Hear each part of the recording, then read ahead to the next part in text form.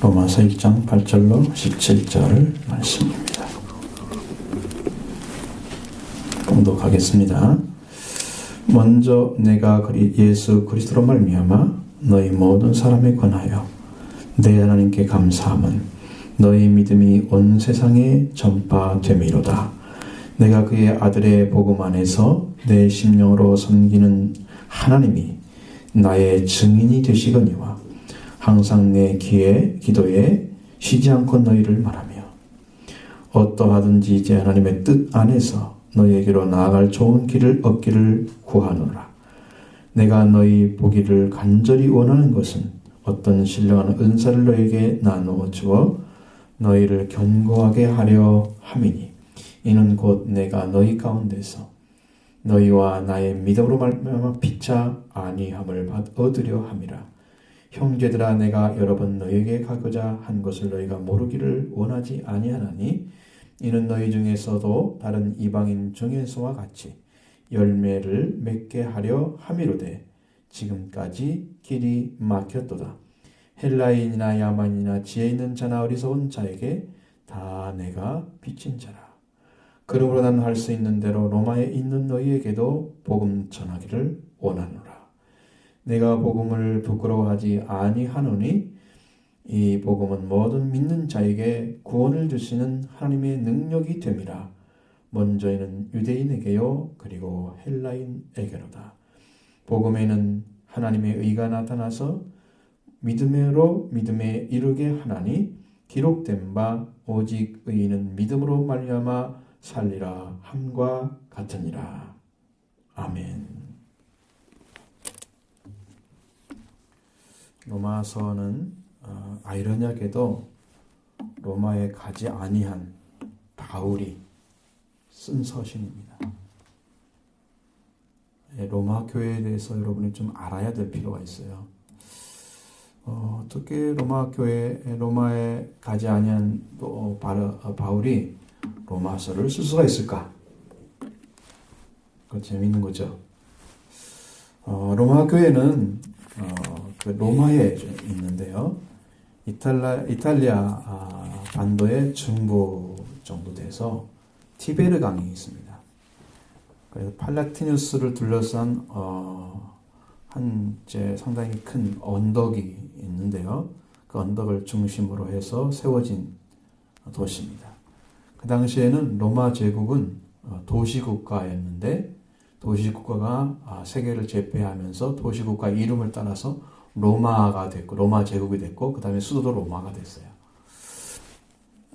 로마는 특히 이제 카이사르, 이게 시저죠. 아우구스투스 황제부터 기원 5세기까지 지중해 세계와 서유럽을 지배한 정치적, 군사적, 사회적, 문화적 힘을 가진 아주 강대국이었습니다.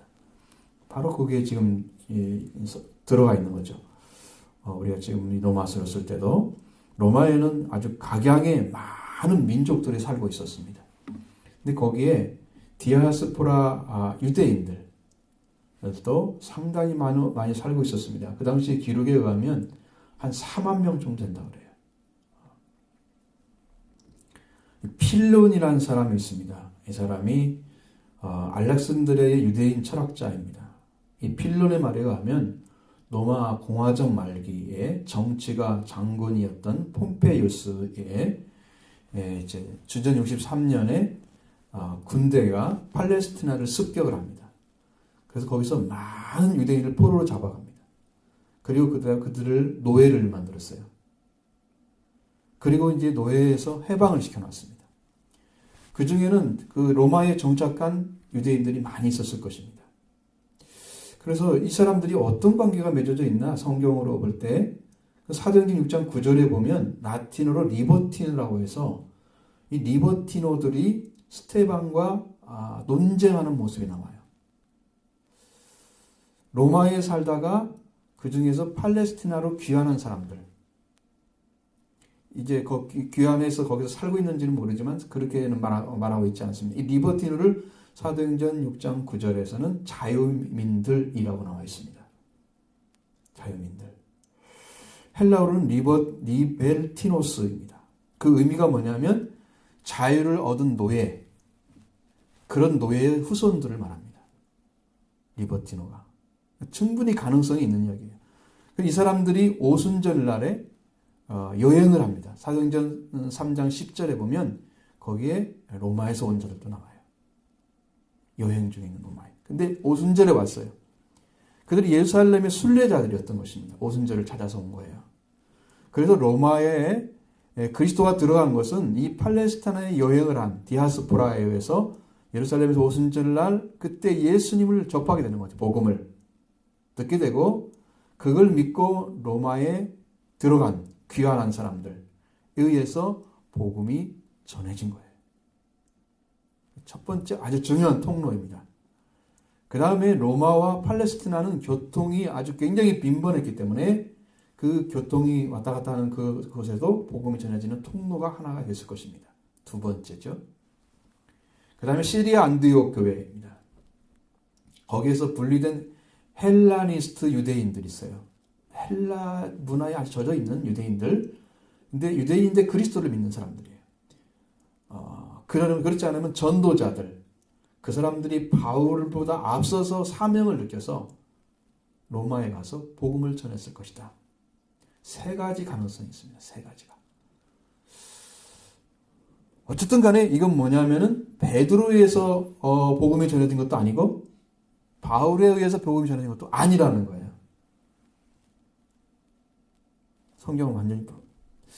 그래서 이제 처음에 예루살렘 교회가 첫 번째 이제 초대교회에서 교회 회의를 여는 모습이 사도행전 15장에 나와 있습니다. 4절에. 그 무렵도 아니었을 거다. 그렇게 얘기하고 있는데, 그래서 최초로 로마의 복음이 전해지는 것은 베드로나 예수님의 직제자들, 사도들이죠. 그들이 아니고 사도의 세계로부터 알려지는 바울에 의해서도 아니다. 왜? 로마서 1장 5, 6절에 보면 자기가 전했던 것이 아닌 것을 얘기하고 있거든요. 이미 성도로 있는 자들에게 복음을 전하고 있는. 그렇죠.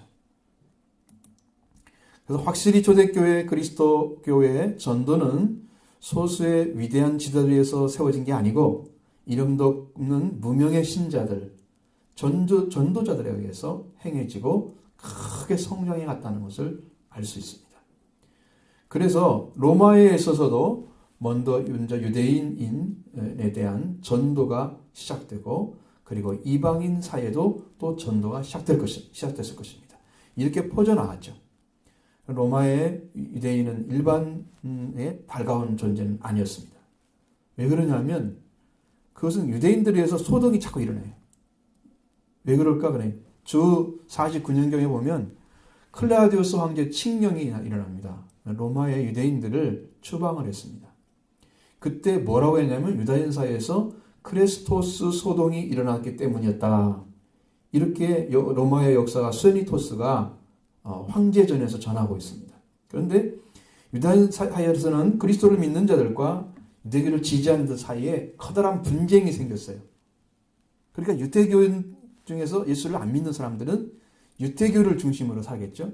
유대교가 아주 중심된 사람들과 거기서 그리스도를 믿고 온 사람들이 만나서 그 싸움이 시작되는 거예요. 로마 안에서. 그래서 크리스토스제 이 사건이 일어납니다. 그렇기 때문에 로마의 교회당, 유대교당 안에 새로운 그리스도 신앙이 전해졌으나 소동이 일어날 가능성도 있다고 하는 거. 확실한 건 아니지만 크리스토스란 말이 당시에는 이나 아이를 똑같이 발음했다고 합니다. 그래서 크리스토스 이렇게 두 가지로 쓴다고 그래요. 그러니까 크리스토스나 똑같아요. 그러면 그리스도란 얘기는 우리말로는 그리스도의 사건이라 이렇게 얘기하는 것이죠. 그리고 새로운 신앙이 유대교 교회당에 들어왔기 때문에 이것에서 소란이 돼서 추방을 시켰습니다. 그때 추방된 사람들이 그리스도인들이 아니고 유대인들이었어요. 그러면 그 후에는 아마 유대인들 전에 그리스도인들을 일러서 아니면 유대인들이 추방됐어도 유대인들 통해서 그리스도를 주로 받은 사람들이 남아서 복음을 전하는 가능성은 충분히 있죠. 그 유대인 중에 포함된 사람들이 바울의 원조자였던 아골라와 브리스길라라는 아주 중요한 유대한 부부들 있죠. 그 부부들도 이들에 속했던 사람들이에요. 먼저 복을 받은 거예요. 바울도 들은 게 아니고. 근데 여기에서 추방을 시켰는데 유대인 추방이 아니고 그 유대인 추방이라는 말로 써 있고 그리스도인의 추방은 아니었다라고 써 있습니다. 로마 당시 로마에서는 뭐냐면 그리스도인은 아직 넬레기오 니키타라고 하는 로마 공인의 종교단체 그 그늘에 이제 유대교 그늘 그것에 감춰져 있어요. 유대교와 로마의 공인된 종교단체에 감춰져 있어서 보이지가 않았어요. 그러나 유대인이 아닌 이방인 신자는 많아졌다고 해도 로마에 남아있을 가능성이 틀림없이 있습니다. 그리고 클라우디우스 황제가 죽은 다음에 유대인들이 다시 돌아왔습니다. 칙령을 받고 떠나간 사람들이 다시 돌아왔어요. 신앙 활동을 또 시작했습니다. 그럼 다시 새 신자가 증가되기 시작합니다. 그리고 로마의 수도인 교회가 급속히 그리스도인들로 가득 차게 되는 거죠. 이렇게 하면서 급속하게 발달되는 것입니다. 그러기에 바울은 너희의 믿음이 온 세계에 널리 알려졌다라고 하나님께 감사하는 내용이 오늘 본문에 들어있는 8절에 나와 있는 거예요. 그것은 먼저 신앙적으로 독립된 굉장히 큰 유력한 존재였다는 걸 알 수 있는 게 뭐냐면 네로 황제가 64년에 방화 사건을 일으키잖아요. 그리고 그것을 그리스도인에게 전가를 시켜요. 그리스도인이 아주 소수였거나 그렇게 작다면 그들에게 전가시킬 이유가 없잖아요. 박해할 이유도 없잖아요. 그런데 굉장히 많았기 때문에 눈에 띄게 많을 정도로 사회적으로 인정받고 있었기 때문에 그들이 그 힘이 있었고 이래서 이걸 박해하는 방식으로 그들에게 뒤집어 씌운 거죠. 그럴 때 볼 때는 그리스도 교회가 그렇게 해서 성장을 해서 엄청난 숫자가 지금 로마 안에 있다는 것을 알 수 있는 거예요. 근데 이제 문제는 이 성경을 언제 썼느냐? 네로 황제 이전에 썼습니다. 아마 주 57년부터 58년 초기, 57년 말부터 58년 초기, 봄 되는 그 기간 동안에 썼을 가능성이 아주 높습니다. 고린도에 썼다고 전통적인서 이렇게 나와 있습니다. 로마서에는 주제가 4가지로 되어 있습니다. 첫 번째는 이신층이라고 하는 justification by faith, faith에 의한 믿음에 의해서 의롭다함을 얻는 것입니다.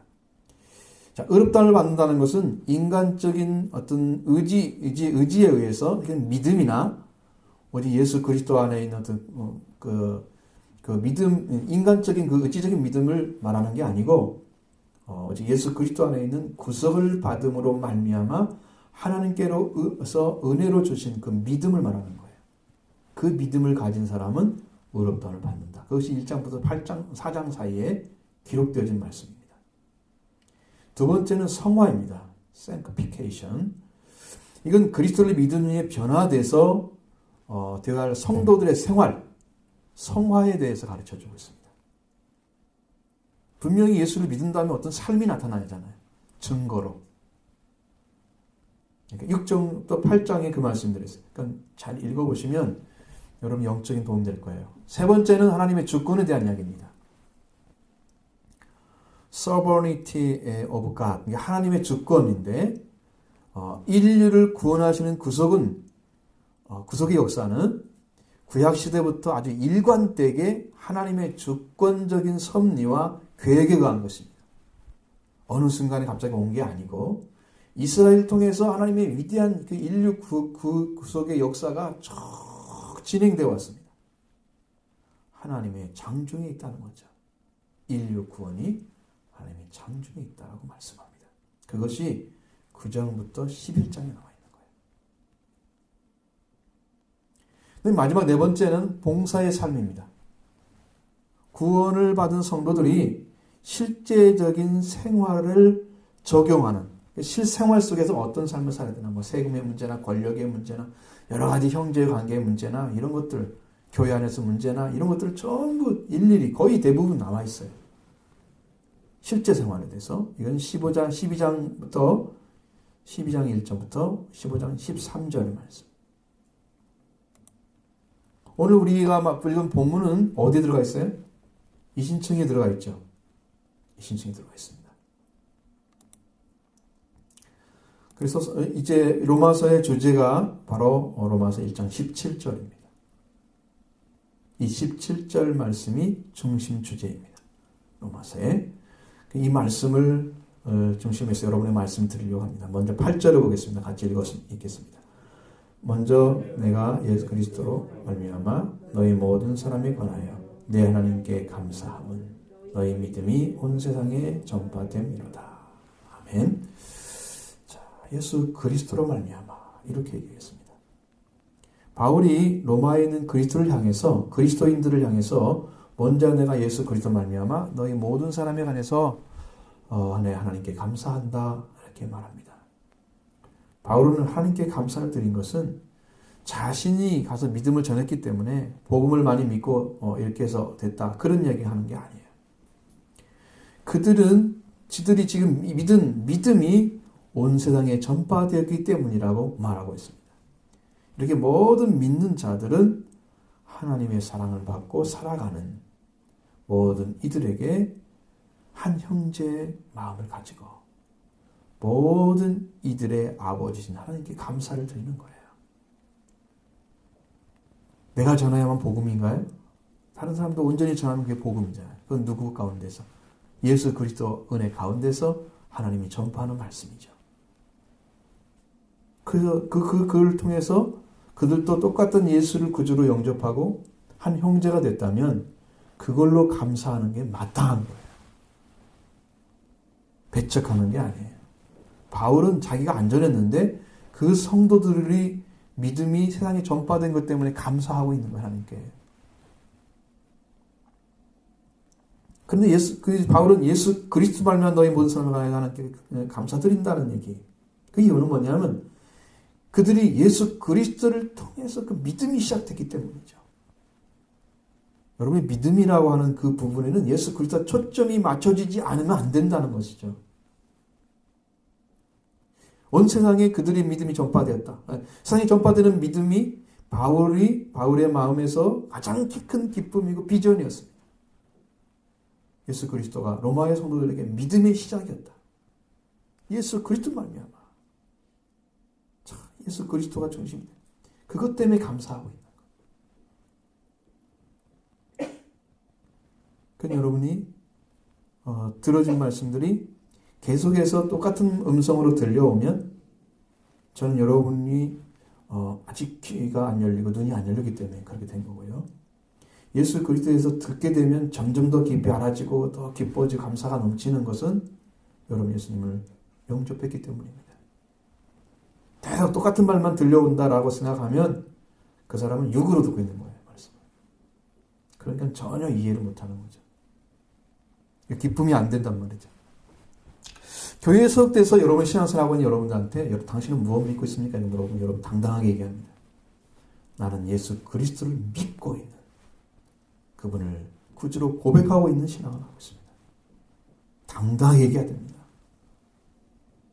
여러분 입에서 그런 증거가 나와서 하나님의 자녀인 걸 증거해 줘야 돼요. 그 하나님을 알려야 됩니다. 이렇게 그들이 믿음에 대해서 들어서 바울은 로마에 가고 싶었습니다. 그 믿음에 대해서 알고 있기 때문에 그들의 믿음에 대해서 알기 때문에 바울은 마음에 타올랐죠. 막 다 가고 싶은 마음이었죠. 그런데 바울의 중심에는 나도 로마에 가서 복음을 전하고 싶은 마음. 그것이 충만했을 것 같아요. 왜냐하면 당시 세계를 주도했던 나라잖아요. 그돈 수도잖아요. 그러니까 거기 가고 싶은 마음이 크죠. 로마 성도들의 믿음의 영성이 전파됐다는 거. 그건 뭐냐면 지중해 연안에 있는 전 지역을 말하는 거예요.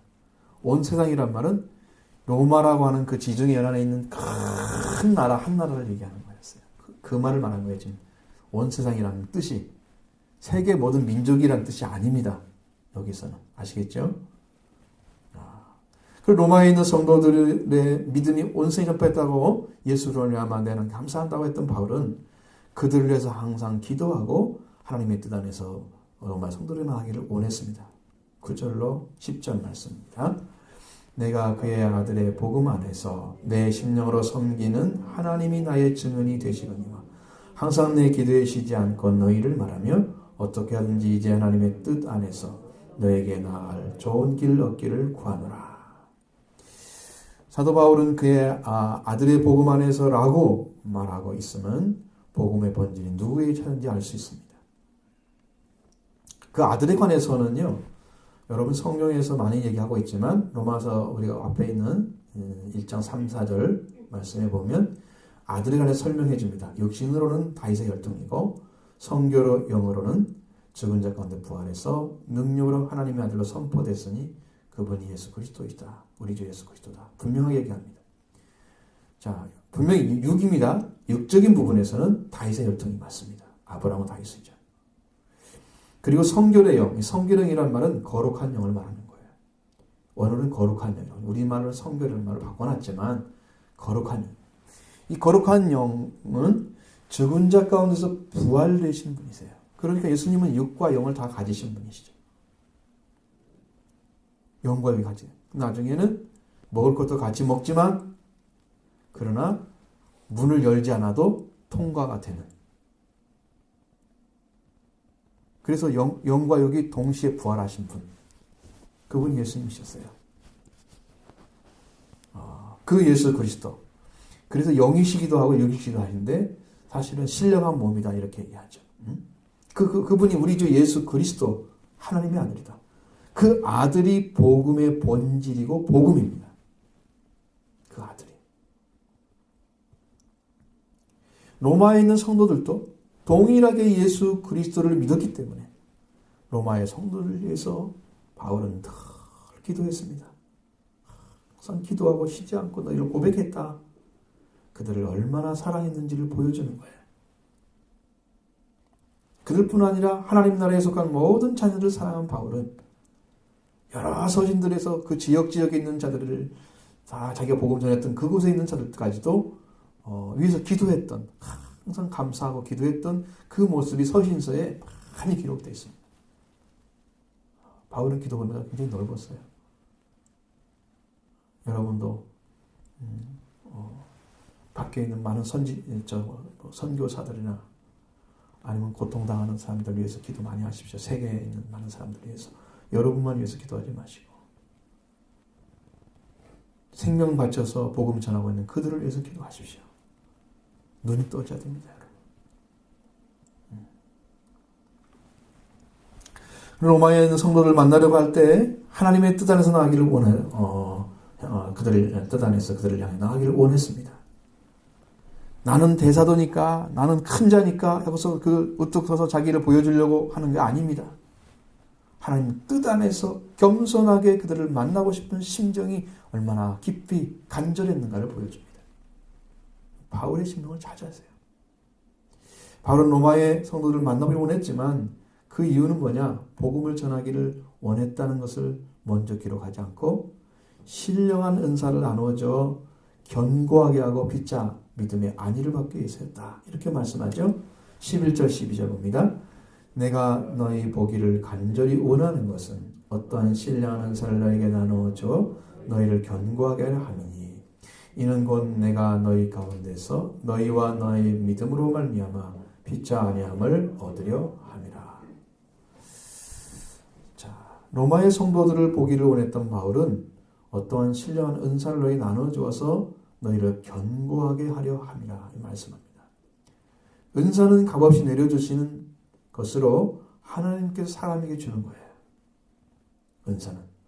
이것은요, 은사라는 말은 선생님이나 아니면 임금이 학생이나 아니면 자기 신하에게 내리는 선물을 말했어요. 원래는. 은사는. 성경에서 가져왔어요. 성경에서. 하나님이 주신 은사는 뭐냐? 구원이나 영생이나 성령 다 이게 은사예요. 선물의 선물. 하나님의 선물이라고 해요. 스피리추얼 기프트예요. 그러니까 영적인 선물이에요. 성령이 됐어요. 그 성령에서 가장 큰 은사를 뭘로 표현했느냐면 하나님의 아들을 준 걸 표현했어요. 그건 하나님의 사랑이기도 하고 은사이기도 합니다. 하나님의 선물입니다. 그러면서 가장 큰 은사를 보인다고 말씀하시는 고전 12장 31절. 그러면 내가 그 은사에 대해 설명하지 9가지 은사. 그리고 그 은사 나머지 이야기를 쭉 하잖아요. 뭐 다 사도겠느냐, 다 병거짓나, 다 방언하겠느냐, 다 나오죠? 쭉 하다가 마지막에는 뭐라고 그래요? 그래서 내가 이보다 더 큰 은사를 보이리라. 그리고 사랑으로 넘어갑니다. 그러니까 사랑으로 오신 예수 그리스도가 가장 큰 은사예요. 그 사랑인데 하나님의 아들로 말미암아 온 큰 사랑. 그것이 하나님이 주시는 가장 큰 선물이었어요. 그 은사는 9가지 은사가 나오죠. 12장에. 그러니까 많은 사람들이 하나님의 은사 하나 가운데 서서 그들이 영적인 지도를 받기를 간절히 사모했다는 거예요. 바울은 그걸 주기를 원했습니다. 그들이 흔들리고 여러 가지 어려움이 있을 텐데 그 고통 중에 빠져서 힘든 신앙생활하는 게 아니라 넘치는 은혜를 받고 아주 강건하게 서서 하나님 복음을 담대하게 믿어가는 그 삶이 되기를 원했어요. 그래서 신령한 은혜를 너에게 나눠주어 너희를 견고케 하려고 가고 싶다. 복음을 먼저 전하고 싶다. 이 말은 아닙니다. 이미 복음이 전해졌잖아요.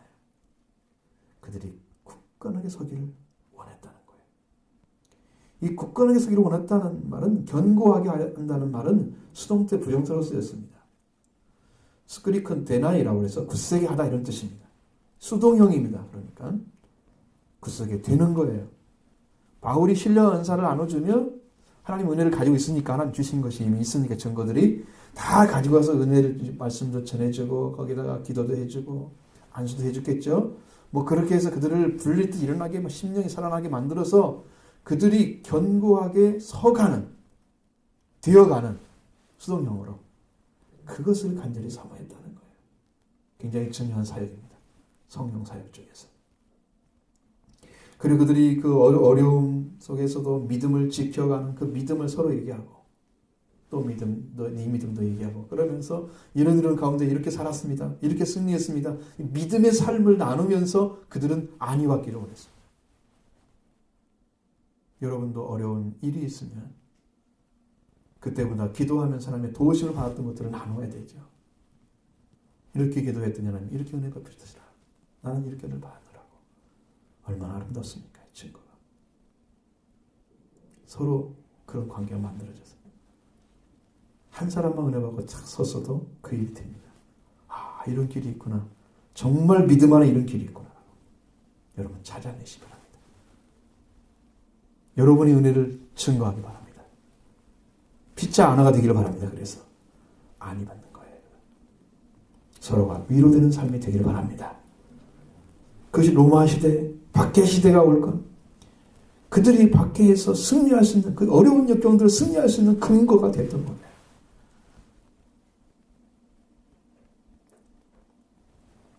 뿐만 아니라 바울은 여러분 로마의 성도들에게 가서 다른 이방인들과 같이 똑같이 같은 결과를 가져오기를 원했다는 것 숨기지 않고 이야기합니다. 13절 봅니다.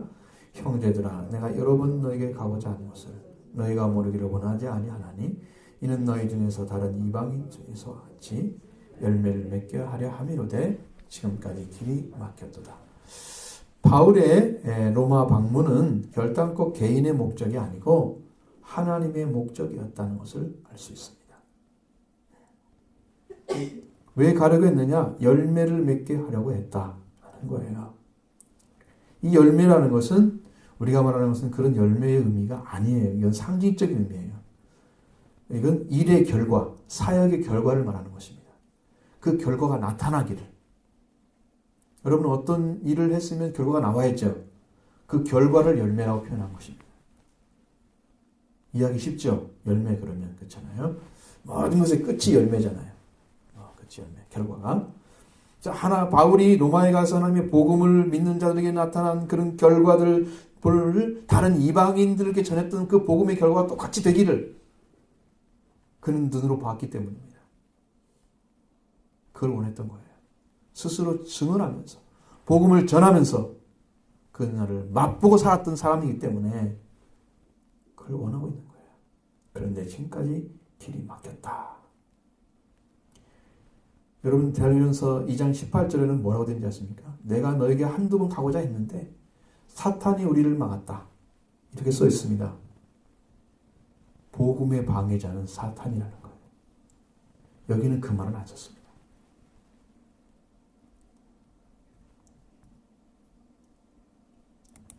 자, 그러면서 바울 안에 사울은 복음에 대한 열정을 뭐라고 표현했느냐? 빚진 자라고 표현했습니다.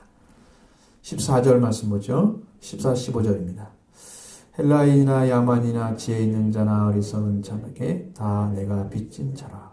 그러므로 나는 할 수 있는 대로 로마에 있는 너희에게 복음 전하기를 원하노라.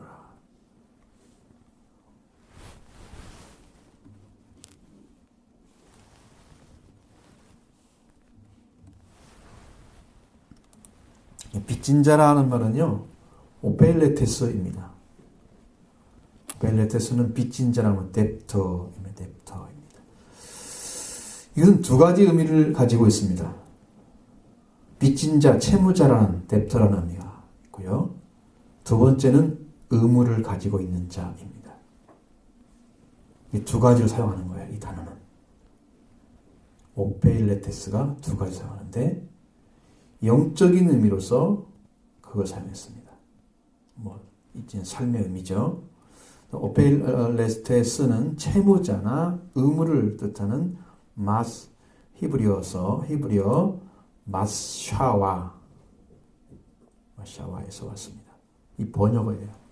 구약에서는 이 마샤와가 뭐를 의미하냐면 주로 다른 사람에게 빌린 돈이나 하는 물건을 갚아야 한다는 의미로 사용됐습니다. 계약을 했잖아요. 그럼 계약하면 어떻게 해야 돼요? 그 계약대로 지불해야죠. 지불해야만 되는 돈과 부채를 뜻하는 말로 사용된 거예요. 그러다 신약에 와서는 오페일레테스로 빚이라는 단어로 사용되다가 이 빚이 어떻게 바뀌었느냐?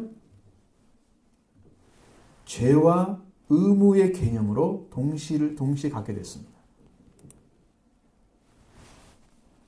성경 이야기가 참 어려운 거예요. 어떤 부분에서는 참 우리가 빚진 자다 이렇게만 이해하면 참 좋지만, 자, 빚을 갚는 것은 뭐냐면은 율법을 어기는 것이기 때문에 형벌을 받아야 됩니다. 안 지키면. 반드시 갚아야 되는 의무를 가졌다는 거예요. 바울은 내가 이것을 반드시 해야 될 사람이다라고 인정하고 있는 거예요. 자기 자신을. 왜냐하면 하나님 예수 그리스도께서 직접 말씀하신 것이기 때문에 그는 그것을 지켜야만 되는 사람이에요. 복음을 전해야 되는 빚을 진 사람이에요. 자기는 안 갚으면 안 돼. 이것은 의무야. 그 의무도 보통 의무가 아니에요. 여러분 주기도문 가운데 나오죠? 예수님 가르쳐준 말 6장 12절에 우리가 우리 죄를 사하여 주시었고 우리가 우리에게 죄를 사하지 말지 우리 죄를 사하여 주시고 나오잖아요. 이 죄가 오페일레테스입니다. 그러니까 여러분 구약에서는 물질적이고 상업적인 개념으로 썼던 건데 신약적으로는 영적인 의미로 사용됐습니다.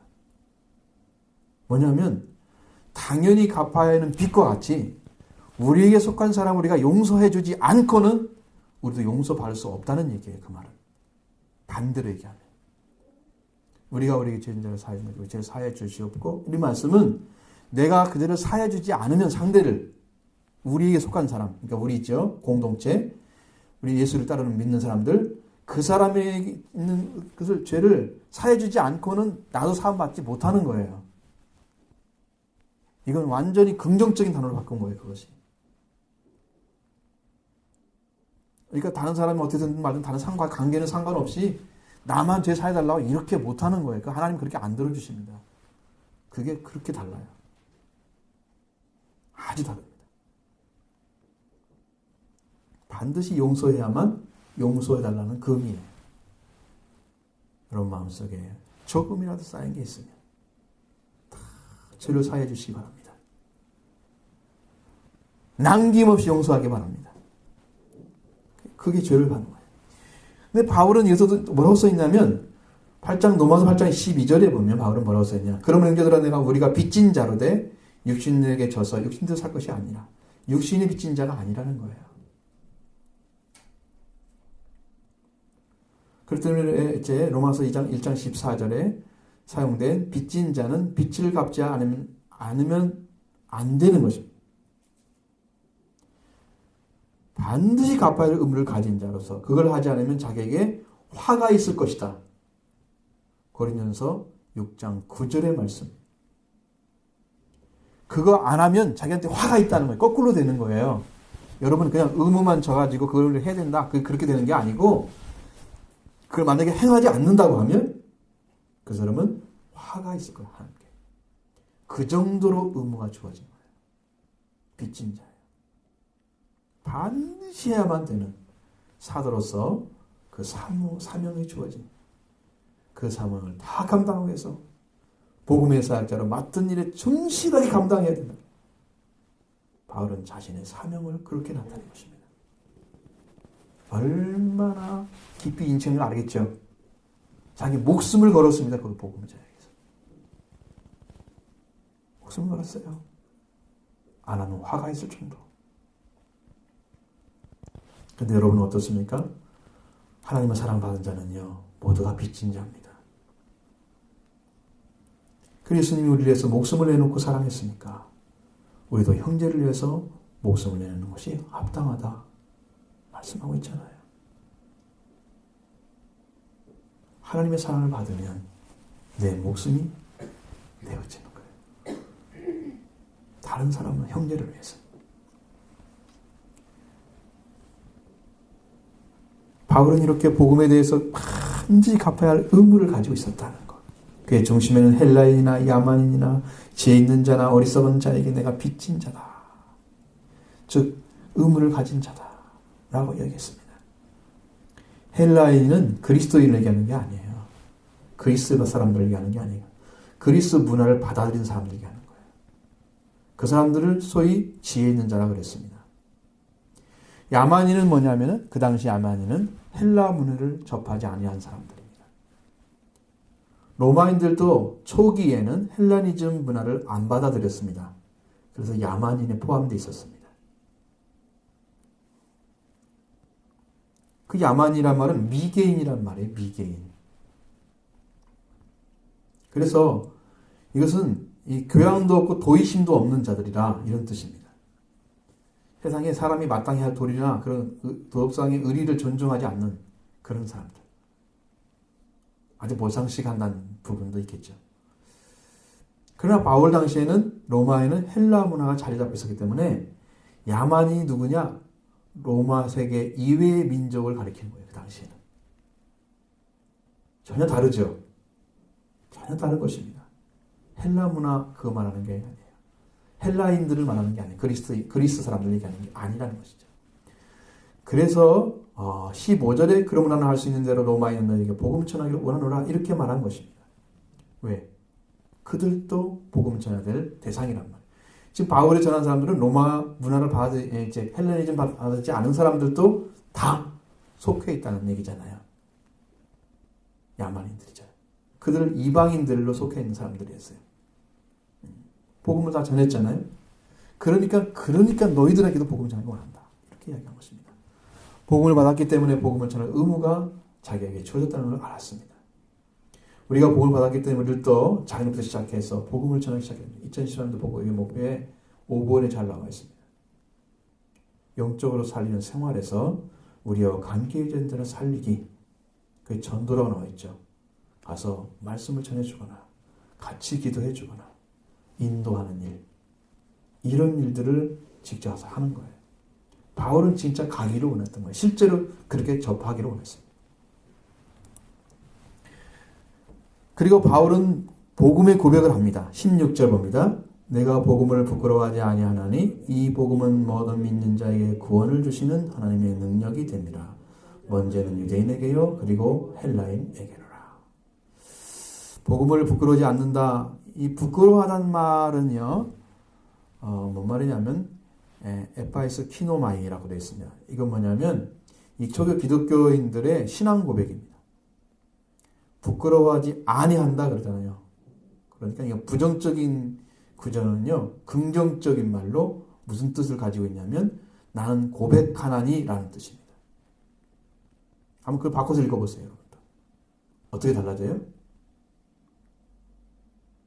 그래서 이 말은 어떻게 우리가 해석하냐면 복음과 더불어 나는 결코 부끄러움을 당하지 않을 것이다. 자, 여기서는 이런 말씀은 뭐냐면 심리학적 이야기를 하는 게 아니에요. 변론적인 얘기예요. 그러니까 심리학적으로 부끄러워 마음이 뭐 그거 얘기하는 거 아닙니다. 내가 복음을 좀 전하는데 다른 사람 나에게 어떻게 할까 봐 부끄러워 그런 얘기하는 게 아니에요. 이 고백에 관한 얘기입니다.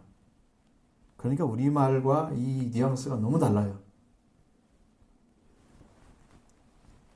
그래서 이 말은 이렇게 해석합니다. 나는 복음을 고백하나니 이 복음은 모든 믿는 자들에게 구원을 주시는 하나님의 능력이 된다. 라는 얘기입니다. 확실히 고백했습니다.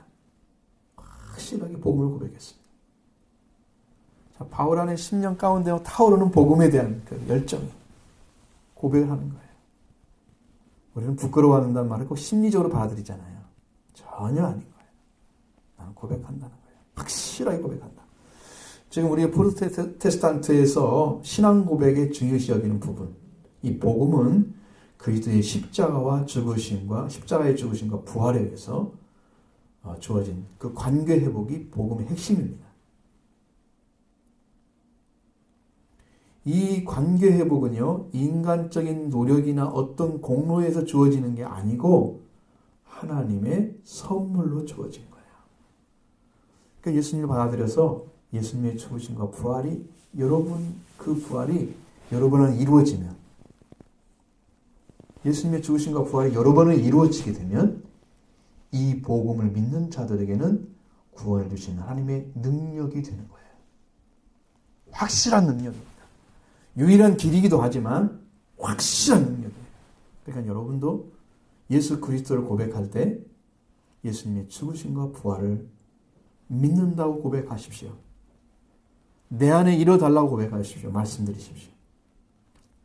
주님이 이뤄놓으셨지만 그것이 내 안에 어떤 결과를 가져오도록 역사해 주셔야 돼요. 그건 누가 가져오느냐? 성령께서 가져오십니다. 그리고 여러분에게 그 역사를 해줍니다. 죽으심의 부활의 그 은총이 여러분에게 임하여 오시면 여러분도 죄사함은 완전히 끝나고 하나님의 자녀의 관계를 회복되는 거예요. 이 은혜가 이 복음이에요. 이 복음이 전해져야 됩니다. 이 복음에 대한 얘기가 너무나 많은데, 왜냐하면 지금 여러분의 믿음과 복음에 대한 얘기를 해주잖아요. 지금. 그러니까 복음에 대한 얘기를 했는데 굉장히 복잡해요. 아주 간단하게. 여기는 원래는 이게 무슨 뜻이냐면 유앙겔론이라는 말이 복음이라는 뜻인 말인데, 이거 원래는 사람들이 전쟁에 있잖아요. 전쟁을 하면 승리를 해요. 이긴 자가 가서 이김을 알려주는 거예요. 그것이 복음이에요. 유앙겔론이라는 기쁜 소식이라는 뜻입니다. 좋은 소식, 그런 말이에요. 좋은 소식을 전해주는 거예요. 승리했으니까. 이것도 우리가 이겼다. 혹시 또 자녀가 태어났잖아요. 그 자녀에 태어난 그 기쁨을 전해주는 거예요. 그것이 기쁜 소식이에요. 그게 유앙겔론이라는 거예요. 그게 어떤 좋은 소식, 일반적인 경우는 어떤 좋은 소식을 전달하는 것에 쓰여진 거예요. 이게 이제 성경 안으로 들어오면 달라지죠.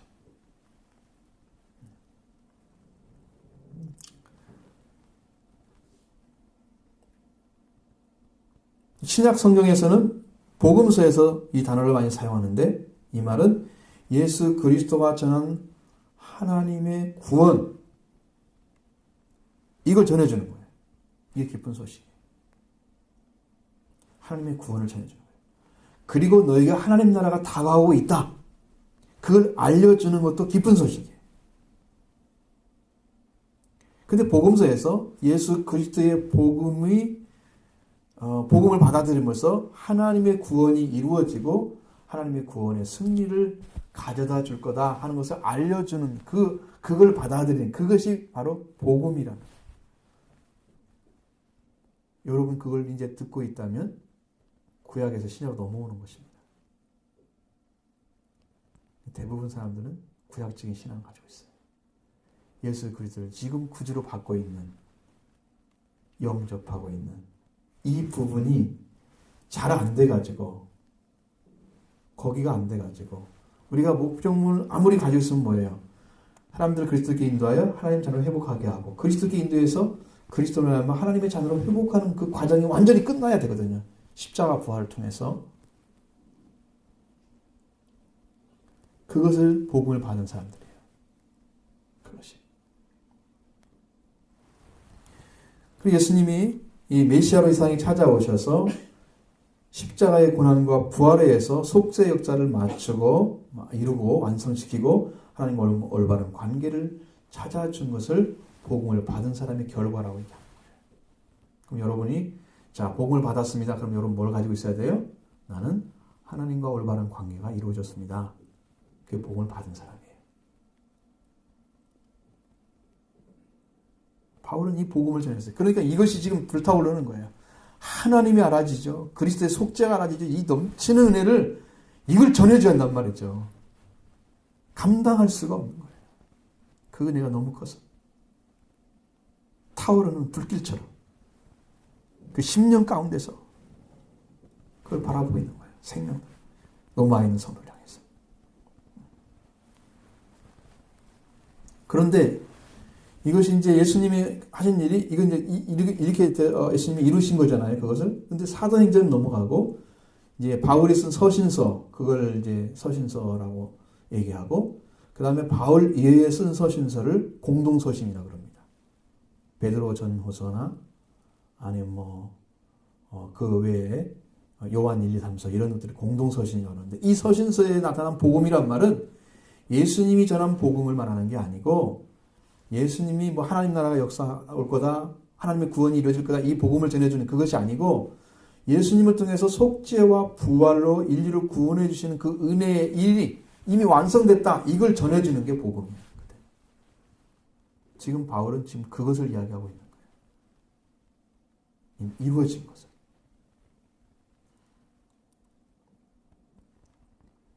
그러므로 예수 그리스도에서 죄사함 받는 그 복음, 그리고 하나님과 화목한 복음, 이것이 복음의 핵심입니다.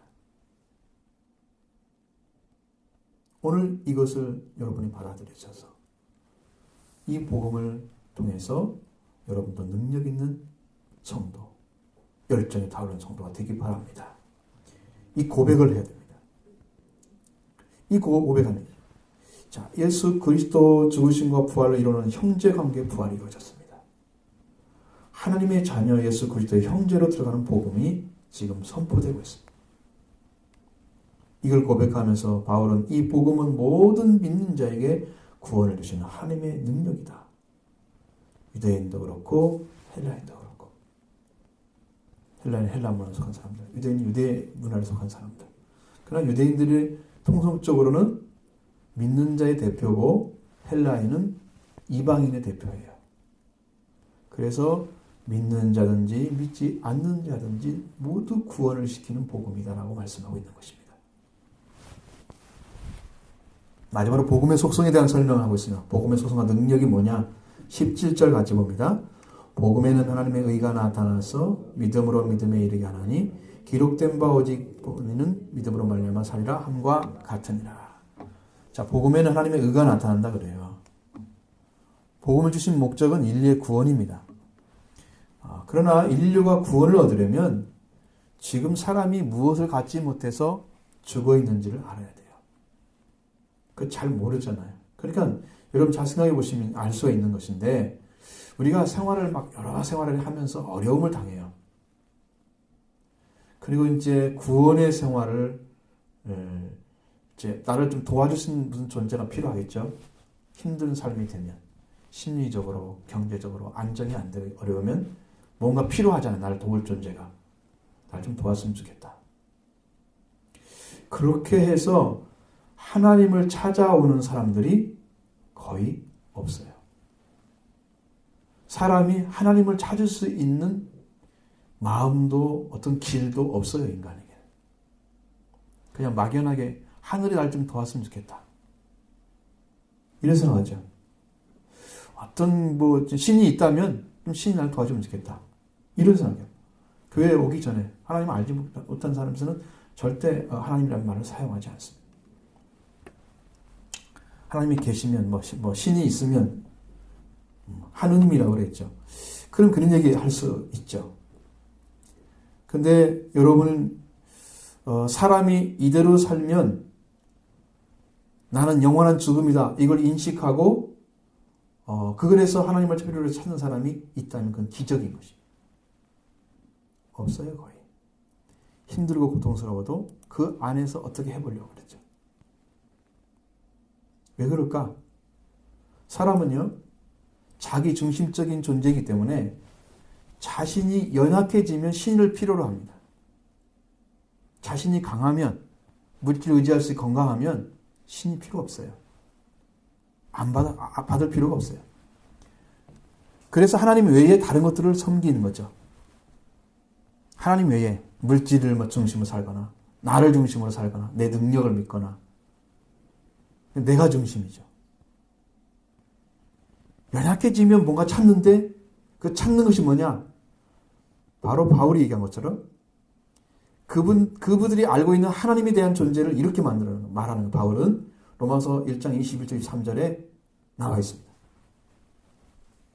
하나님을 알되 하나님을 영원하게도 하지 아니하고 감사하지도 아니하고 오히려 그 생각이 허망하여지며 미련한 마음이 어두워졌느니 스스로 지혜 있다 하나 어리석게 되어 썩어지지 않은 하나님의 영광을 썩어질 사람과 새와 짐승과 기어다니는 동물 모양의 우상으로 바꾸었느니라. 이렇게 만드셨어요. 하나님을 찾는다고 하면서 그게 자기 일을 만들어주신 분인지 모르잖아, 이 사람들이. 그러니까 하나님께 감사하지도 않죠. 영화롭게 하지도 않죠. 그 생각이 비어버렸어요. 허망해져서. 그러니까 그 속에 하나님의 영이 들어와서 지혜를 밝히셔서 하나님을 알게 해줬는데 그 영이 없기 때문에 그 허망한 마음은 미련해져요. 점점 이해하기 힘들어지고 지혜가 떨어지고 지각도 떨어져요. 나이가 먹을수록 지각이 어두워지는 거 당연하잖아요. 그 문제는 뭐냐면 그렇게 어두워져서 하나님도 알지 못하게 되면 망하는 거예요. 지각이 점점점 어두워졌어요.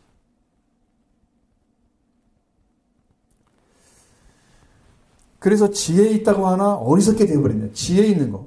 내가 판단 이게 맞아. 나는 똑똑하고 공부도 많이 했기 때문에 이게 맞는 거야. 현명한 지식인이죠. 현대판. 그런데 그 사람들이 원하는 것들은 뭐냐면 썩어지지 않은 하나님의 영광을 썩어질 어떤 그 존재로 탈바꿈 시켜놓은 거예요. 사람이 중심, 사람의 모양으로 만들어서 우상을 만들었죠. 새도 만들었 때로는. 로마에 있는 새에 대한 설명드렸죠. 언젠가. 짐승으로 어떤 동물을 형상을 만들고 그게 신이라고 생각하는 거예요. 기어다니는 동물 모양. 이게 신이다. 이게 우리가 믿는 자다. 거기에도 절하고 자기가 만들어 놓고 자기가 그것에게 복을 달라고. 사람이 만들어 놓고 사람이 그것에게 복을 달라고 그 찾고 있는 그 어리석음을 성경은 이렇게 얘기하는 거예요. 그러니까 이거 뭐냐면 여러분은 믿는 하나님께서 우리를 부르지 않으셨다면 우리도 여타의 사람들과 같은 세상에서 살아가면서 어떻게 하면 잘 될 건가? 어떻게 하면 살아가는 삶을 길을 좀 찾아야 될 텐데 미신적인 삶을 살아가는 거죠. 좀 어떤 존재가 좋아졌으면 좋겠다. 다른 신앙의 길을 찾고 있을 거예요. 하나님께 들어갈 수 있는 길은 사람이 찾은 적이 없습니다. 아무리 현명한 사람도. 그래서 하나님을 모르고 우상으로 바꾼 사람을 향해서 하나님께서 복음을 주시고 의로움을 나타내시고 계신다는 거예요. 너희들은 이렇게 틀렸지만 나는 이렇게 의로운 자로 너를 대하고 있다. 너를 의로 세우고 싶다. 하나님 주신 복음 안에는 그것이 들어있다는 거예요. 하나님 보내신 하나님의 아들이 곧 복음입니다. 마가복음 1장 1절에 보면 하나님의 아들 예수 그리스도의 복음의 시작이라 이렇게 분명하게 말씀하십니다. 하나님의 아들이 우리에게 어떤 기쁜 소리도 있습니까? 사람이 타락해서 살 수 없는 자리에 있었는데, 사람이 죄인으로 타락해 절망의 자리에 있었는데, 근데 하나님이 그들 타락할 때부터 예수님께서 오실 때까지 하나님은 한 번도 비뚤어지지 않고 그르치지 않고 의를 가지고 세상을 다스리고 있었어요. 그걸 구약 성경에 가득 기록놨습니다. 그래서 하나님의 의를 가지고 부딪히고 말씀에 불순종하는 나라는 망했습니다. 개인도 망했습니다. 하나님은 의를 가지고 일을 하셨어요. 시편이나 시편 11편 7절에 여호와는 의로우시며 의로운 일을 좋아하신다 이렇게 써 있습니다. 시편 116편 6절에는 여호와는 의로우시며 의로우시며 우리 하나님은 긍휼이 많으시도다. 이사야 5장 16절은 에레미야가 1장 18절이나 스바냐 3장 5절에도 하나님은 의로움으로 세상을 다스리고 있다고 가르쳐줍니다. 계속 성경에 나타난 말씀들은 다 의로운 거예요. 하나님 말씀. 이렇게 의로움을 말씀하시고 그렇게 행하시고 구원의 역사를 이루셨어요. 그 의로움의 끝이 누구냐? 예수 그리스도예요. 예수님을 보내신 것은 하나님의 사랑이고 그 사랑을 통해서 우리를 의로운 자리에 세우시기 위해서 보내신 거예요. 그래서 복음에는 의가 나타난 것입니다. 예수님의 십자가는 사람들의 죄를 지기 위해서 지신 거예요. 예수님의 부활은 사람을 의롭게 하기 위해서 받으신 것입니다. 하신 것입니다. 예수님의 죽으심과 부활은 죄인을 의롭게 하신 하나님과 올바른 관계에 서도록 하기 위해서 주신 것입니다. 그래서 복음이 곧 하나님의 의로움을 나타내고 있어요. 이렇게 나타나는 것이 하나님의 은혜입니다. 여러분 안에 이 은혜를 충만히 받기를 원합니다. 이것을 복음에는 하나님이 나타나서 믿음으로 믿음에 이르게 한다 이렇게 이야기하고 있습니다. 믿음으로 믿음에 이르게 한다는 말씀은 뭐냐? 많은 사람들이 이렇게 해석하는 거예요. 믿음을 믿었더니 나중에 믿음이 성장해서 진짜 믿음이 됐어. 그렇게 칼빈 주석에 나와 있어요. 그 말하고 있는 게 아니에요. 앞뒤를 문맥 따져보면요. 성장 과정과 아무 상관이 없는 거예요. 그래서 이것은 뭐냐면은 믿음을 강조하고 있다는 거예요. 그 NIV 성경 같은 데 보면 Life is from first to last 이렇게 있습니다. 이거 뭐냐면 처음부터 끝까지 믿음이다 이런 말이에요. 이 말로 이렇게 해석해 놨어요. 이 공동 번역은 뭐라고 되어 있냐? 오직 믿음을 통해서 그렇게 써 있습니다. 근데 문제는 뭐냐면 킹제임스 버전 아주 그 권위 있는 성경이잖아요. 거기는 from faith to faith 이렇게 있습니다. 믿음으로 믿음에 간다. 믿음을 믿음에 이르게 한다. 하나님의 복음에 나타난 하나님의 의를 믿음으로 믿음에 도착하게 한다. 이렇게 써 있는 거예요. 그럼 믿음은 복음에 나타난 하나님의 의를 받아들이는 것이 믿음입니다. 복음에 나타난 하나님의 의를 받아들이는 사람은 의에 이르는 것이 믿음이에요. 지금 그걸 얘기하고 있어요. 이 말이 이해됐으면 핵심을 잡은 것입니다.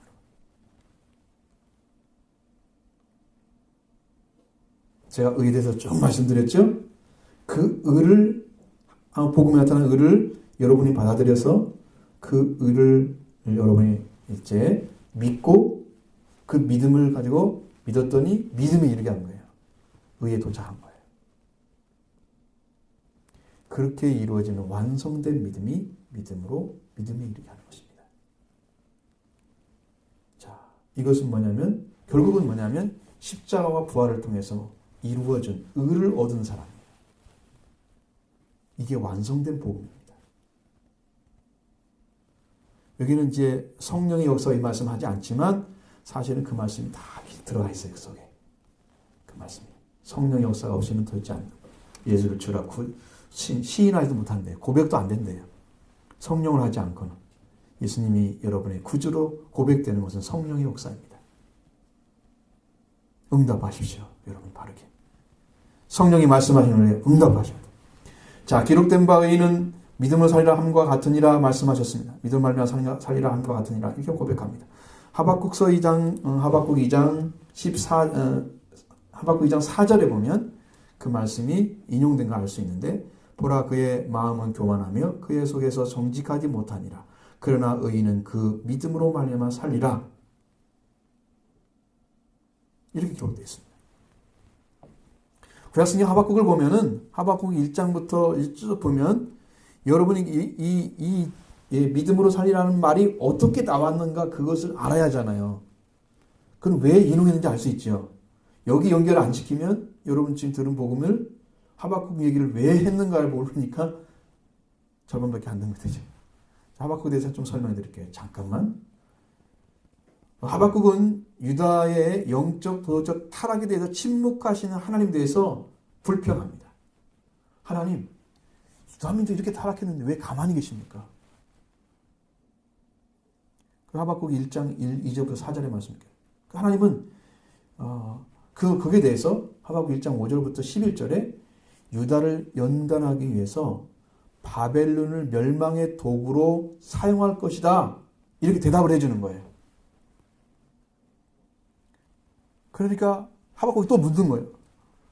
하나님, 하박국 1장 12절 17절에는 하박 선지자가 하나님의 역사의 개입에 의구심을 표명합니다. 갈대아인이라고 일컬어지는 그 굉장히 그 험한 사람들이죠. 그 사람들이 바벨론 사람들을 일컫는 것인데 바벨론을 사용해서 그 일을 하면은 불우가 더 행행할 것이고 아주 나빠질 거다고 이렇게 불평을 하는 거예요.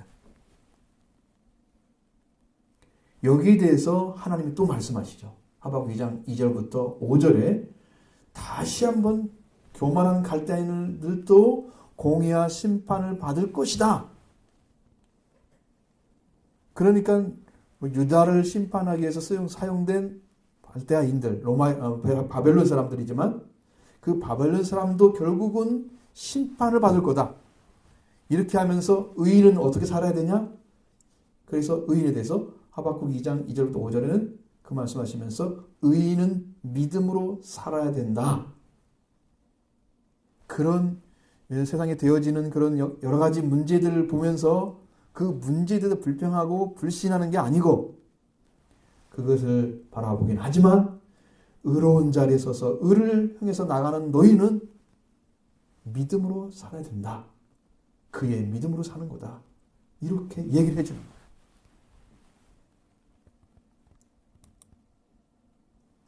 역시 역사의 흥망성쇠를 쥐고 계신 분이 하나님이라는 걸 가르쳐 줍니다. 겸손히 엎드려야 된다. 뭐 여기에 대한 이야기가 제가 준비된 게 너무 많은데 이제 그래서 하박국 2장 4절에 있는 의인은 그 믿음으로 살리라는 말씀은 믿음의 구약적인 의미를 알고 보면 쉽게 알 수 있습니다. 이 믿음이란 말이 구약에는 뭐라고 되어 있느냐? 에무나토, 견고함, 확고부동, 신실함, 충실, 성실 이런 의미를 가지고 있습니다. 에무나토가 구약적인 믿음이에요. 여기 믿음의 속성에 대해서 뭐라고 말하냐면 그의라는 말을 썼잖아요. 그리고 소유국 앞에 위치한 의로운이에요. 그의 의로움. 설명되는 거예요. 자, 정말로 믿음을 가진 사람들은 어떻게 하냐면은 정말 의로운 것을 실천하라는 확고한 태도를 가진 진짜 믿음을 산 사람은 그렇다는 거예요. 믿음은 의를 실천하는 그의 태도가 확고한 것을 가지고 있는 것이다. 믿음과 같은 동일한 개념으로 얘기해주고 있는 거예요. 그러니까 믿음으로 믿음에 이르게 하는 것하고 의인은 그 믿음으로 살리라는 말은 동일한 말이라는 얘기예요. 어디를 향해서? 의를 향해서 가는 거예요. 동일한. 그래서 복음에 나타난 하나님의 의로움을 믿어드리는 것. 이게 복음을 받아들이는 사람이에요. 그것이 믿음이에요. 믿음이 받게 되면 여러분 믿음이 뭘 갖다 준다? 하나님과 올바른 관계를 세워주는 거예요. 믿음이 이것을 복음 안에 여러분이 찾으셔야 됩니다.